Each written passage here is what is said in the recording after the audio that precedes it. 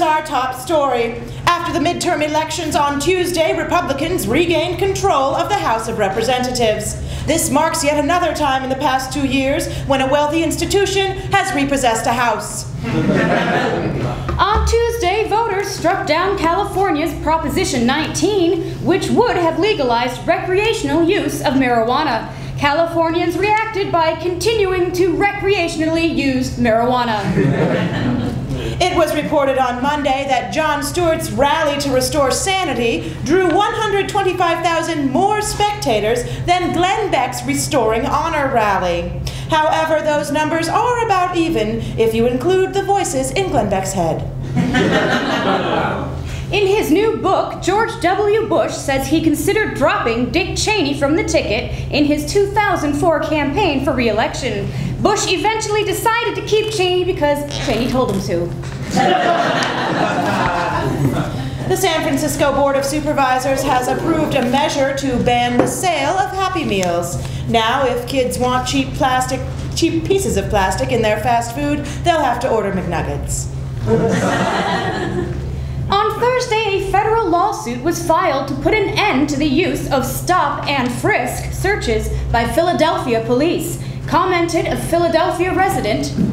Oh, I was so glad that they ended this because, you know, the last time I was stopped and frisked, it was cool at first. Then they never called. 5 minutes later, I saw them stopping and frisking someone else. And then another person. And one after that.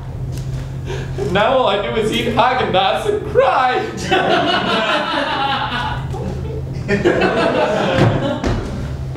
Cheese sold at Costco has been linked to an outbreak of E. coli bacteria. However, a Costco spokesperson pointed out that even though the cheese was tainted, it is still Gouda.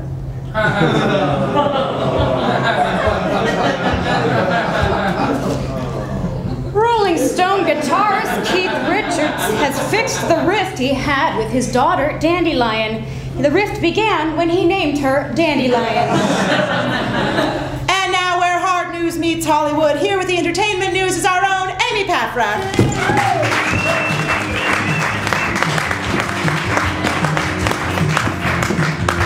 Why, hello. Let's get started. Kim Kardashian tweeted on Monday that she injured her toe. Well, since her toe is currently unable to do anything productive or useful, it got its own reality show.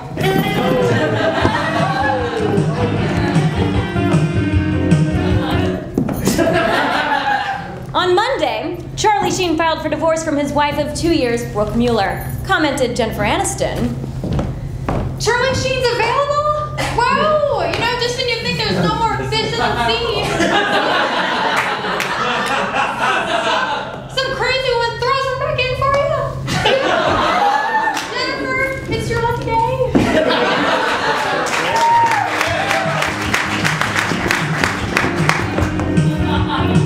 God bless Jen Annie. A music website has reported that Mariah Carey is obsessed with pregnancy books. In fact, she's already devoured several.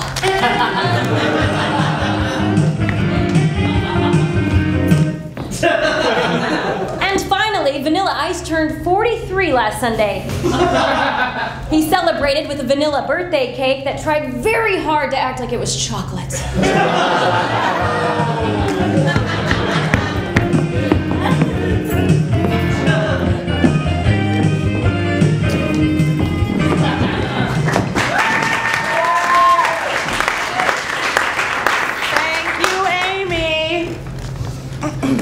NBC has ordered a sitcom pilot based on the life of Chelsea Handler. The show will be called Also Cougar Town. The Daily Show was the highest rated late night show in October among viewers aged 18 to 49. Meanwhile, Last Call with Carson Daly was the highest rated late night show among 37-year-olds named Carson Daly. Get it all out. Researchers say that eating peanuts while pregnant may increase the risk of peanut allergies in babies. The report came as very bad news to pregnant elephants. The National Enquirer announced they are filing for bankruptcy, commented Enquirer editor Tony Frost. Yes, it's true. And if you want to read about our final heartbreaking days, our wild weekend party with Lindsay Lohan, or the illegitimate child we fathered with Us Weekly, look inside. Domino's Pizza in Japan announced a new contest where the winner works for them for an hour and gets paid $31,000. However, in order to claim the prize, the winner must work for an hour in 30 minutes or less. AOL reported on Wednesday that they turned a profit in 1998. And now, with an in-depth look at one of the week's big stories, is the segment that's twice as important as AC360, Phillip, Wilburn, and TSW 720. Thank you, Melissa Mosley and Kipleigh Brown. A nice story for a change. Earlier this week, in a suburb of Seattle, Washington, a dog caught a salmon in his mouth while running through a flooded street. Here now to talk about that is the owner of the dog. Phil, sorry guys. Roger Thompson, the Top Story Weekly legal lawyer and HR person. Let's hear it for him. I'm sorry, I don't want to do this for everybody, but you're gonna have to end your segment right now and come with me. Why? We're in the middle of the segment. We're about to clean up the show. You've been suspended for donating to political campaigns. What are you talking about? I don't know what you're saying. What am I talking about? Well, you don't remember donating $1,000 to Senator John McCain? He's a legitimate politician, and $1,000, that's a modest thing. It's perfectly legal. Okay, well, we did a little more digging. We found out in 2004 you also donated $2,000 to President George W. Bush. Okay, well, he is a fellow Texan, and I just felt like I should support it. Okay, well, you know, based on those contributions, I would have thought you were a Republican, but then I also found that you donated to the campaigns of Al Gore and Bill Clinton. Yeah, I guess I did. Yeah. Well, I noticed you didn't give any money to, well, oh, you know what? For some other reason, you also donated money to Tom Cruise, Alan Thicke, Sully Sullenberger, Regis Philbin, Charles Nelson Riley. How do you explain that? Look, a guy's got to work, okay? Okay, well, I noticed you didn't give any money to Barack Obama. Yeah, I don't imitate black guys. Okay, we need to go.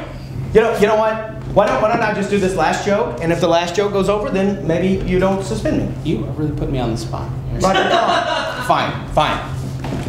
Roger Thompson, HR legal guy. I'm going to do another joke here before he fires me. And finally, Sparky Anderson, the Hall of Fame baseball manager who led Cincinnati and Detroit to World Series wins in the 70s and 80s, died Thursday at age 76.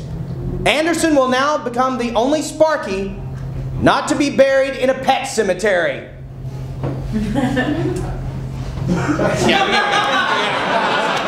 For Top Story Weekly, I'm Phillip Wilburn, and I need a job, literally and